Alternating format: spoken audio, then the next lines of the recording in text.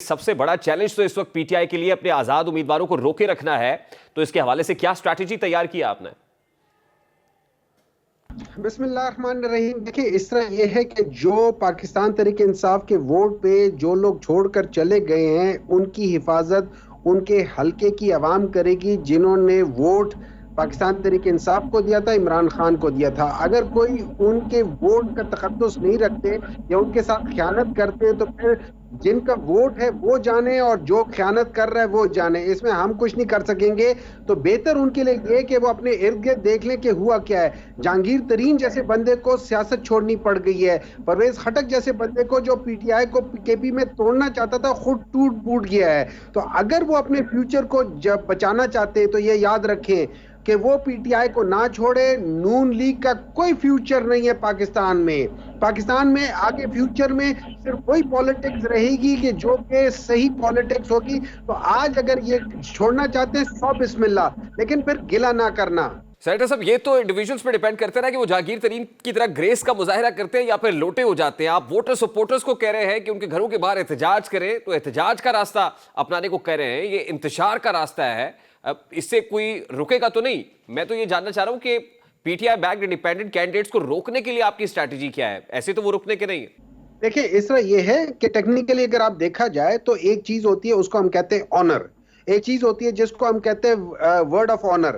اگر کوئی شخص جو اندر سے چور ہو، جو اندر سے بے ایمان ہو، جو ایسے لوگ ہیں جو کہ اللہ کو حاضر ناظر جان کر کے ایک بات کرتے ہیں اور پھر اس سے مکر جاتے ہیں، اس کو نہ میں روک سکتا ہوں نہ آپ روک سکتے ہیں۔ وہ قیامت والے دن اللہ تعالیٰ کو خود حساب دے گا اور وہ ان سب چیزوں کا حساب دے گا۔ رہی بات یہ پاکستان تحریک انصاف کے ساتھ بہت سارے ایسے لوگ ہیں جو کہ نہیں چھوڑیں گے، اور میرے خیال میں جس طریقے سے جو بات آگے جا رہی ہے کوئی نہیں چھوڑے گا، اور انشاءاللہ تعالیٰ آپ دیکھیں گے اگلے ایک آدھ دن میں کم از کم کوئی 15-16 ایسے حلقے جو پاکستان تحریک انصاف کو سے چھینے گئے وہ پاکستان تحریک انصاف کو واپس مل جائیں گے۔ اور یہاں پہ میں سمجھتا ہوں کہ جوڈیشری کو اپنا رول ادا کرنا چاہیے۔ جب ان لوگوں نے پاکستان تحریک انصاف کے انٹر پارٹی الیکشنز میں تو غلطیاں دیکھ لی تھی، تو آج اس الیکشن میں بھی غلطیاں دیکھیں اور اس کو کریکٹ کریں اور اس کو کریکٹ کریں۔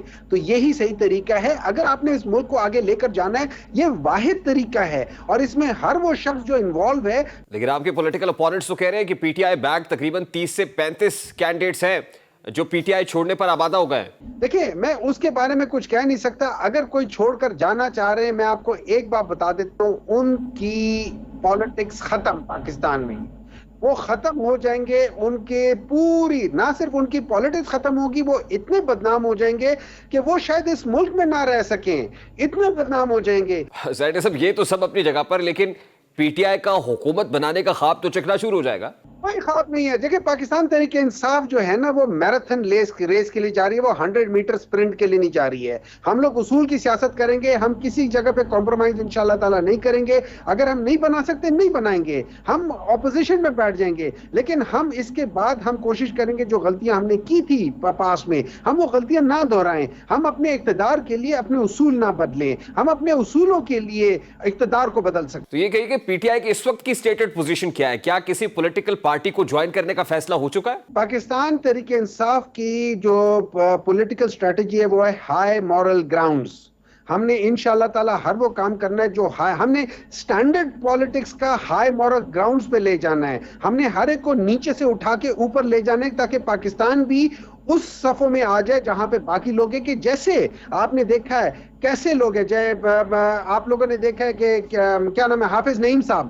ہم ایسے لوگ پاکستان کو چاہیے، ہمیں چاہیے مصطفیٰ نواز کھوکھر صاحب جیسے، ہمیں چاہیے قائرہ صاحب جیسے لوگ چاہیے کہ جو جب دیکھیں کہ یار شکست ہو رہی ہے تو وہ اس کو تسلیم کرے۔ نہیں، میں تو آپ سے یہ جاننے کی کوشش کر رہا ہوں سینیٹر صاحب، کیا پی ٹی آئی نے کسی پولیٹیکل پارٹی کو جوائن کرنے کا فیصلہ کیا ہے یا اس میں ضم ہونے کا فیصلہ کیا ہے؟ کیونکہ ریزرو سیٹس کو سیکیور کرنا اس وقت ایک بہت بڑا چیلنجنگ ٹاسک ہے۔ تو پی ٹی آئی کے اپنے اجلاس میں کوئی فیصلہ ہوا ہے یا اس حوالے سے آپ کی مرکزی مجلس عاملہ کیا کہہ رہی ہے؟